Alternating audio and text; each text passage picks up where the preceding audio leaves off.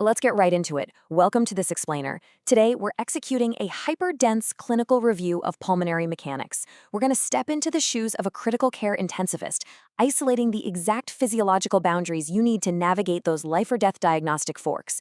It's all about taking complex lung physics and mapping them directly to the bedside. Here's our roadmap for today. 1. PFT physics and macrodiagnostics.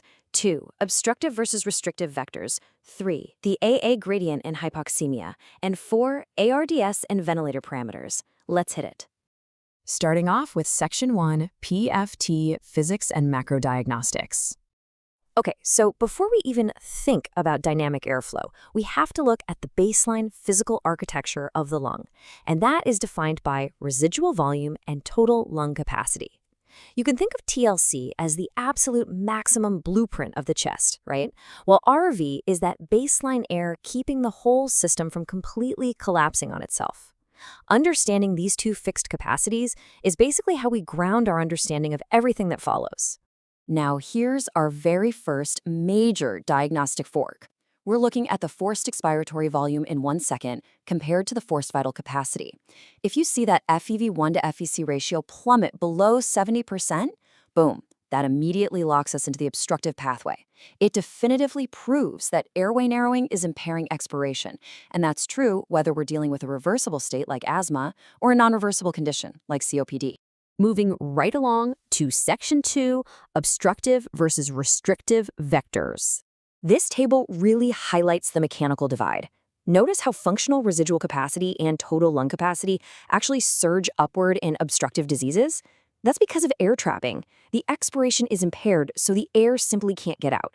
Now flip that for restrictive diseases. The lung architecture is systematically collapsing, so your FRC and TLC are definitively decreased, while that FEV1 to FVC ratio we just talked about stays normal, or it can even be elevated. If we map these volumes graphically onto a flow volume loop, the physiological signatures are just absolutely unmistakable.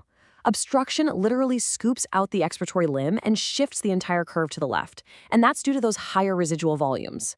Meanwhile, restriction forces a right-shifted, tall, and narrow profile. The lung volumes themselves are tiny, but the recoil, it's super snappy. So when that flow volume loop tells us the lungs are restricted, we need to rapidly run through the AINT diagnostic algorithm to track down the source.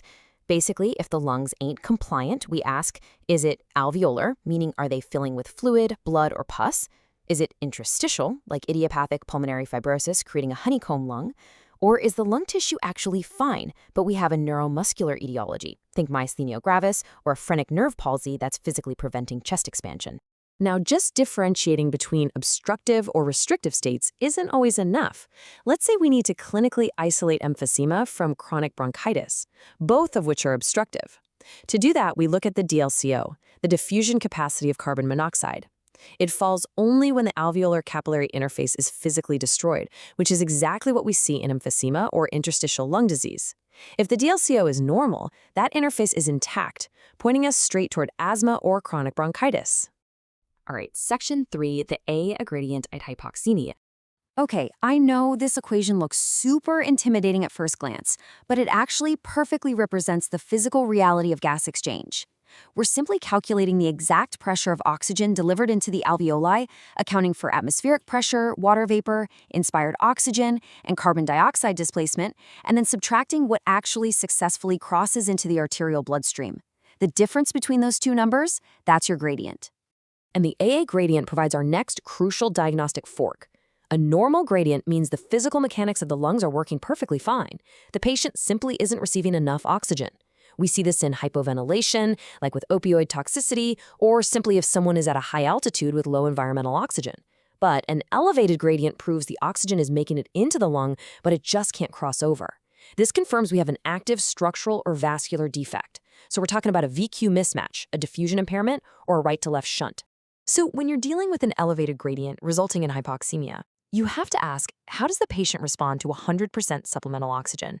A VQ mismatch, like pneumonia or pulmonary embolism, that will correct with supplemental oxygen because you're flooding the still functioning alveoli with high concentrations of gas. But an anatomic or physiological shunt, it completely ignores it. Pushing more oxygen literally does nothing if the blood is physically bypassing the ventilated lung tissue entirely. Which brings us to Section 4, ARDS and ventilator parameters. Let's look at the absolute ultimate failure of gas exchange, ARDS. ARDS presents as a massive physiologic right-to-left shunt.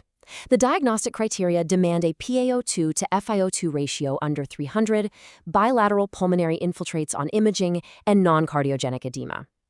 What's actually happening here is the alveoli become so completely fluid-filled and consolidated that blood just flows right past them without picking up any oxygen at all. It completely bypasses gas exchange. And this brings us right to the critical care bedside. When a patient crashes on the vent, how do we systematically adjust the machinery to target the exact physiological deficit? If an alarm is blaring, you can't just guess. You absolutely must separate oxygenation from ventilation. So here is the exact control panel for that problem. To drive oxygenation and fix hypoxemia, we have to manipulate the fraction of inspired oxygen, the FiO2, and the positive end expiratory pressure, or PEEP. But to clear carbon dioxide and fix hypercapnia, which is purely a function of ventilation, we strictly adjust the volume of air moving in and out over time. That means manipulating the respiratory rate and the tidal volume. Guys, these are two entirely separate engineering and physics problems. I'm going to leave you with this final clinical reconciliation. Think about it. If an ARDS patient has a massive shunt that completely ignores 100% oxygen, what specific mechanical force on our ventilator must you apply to force gas exchange back open? The answer is all about the physics of pressure. Specifically, you have to increase PEEP to recruit and stent those collapsed alveoli open, because until you do that, oxygen just doesn't have an interface to cross.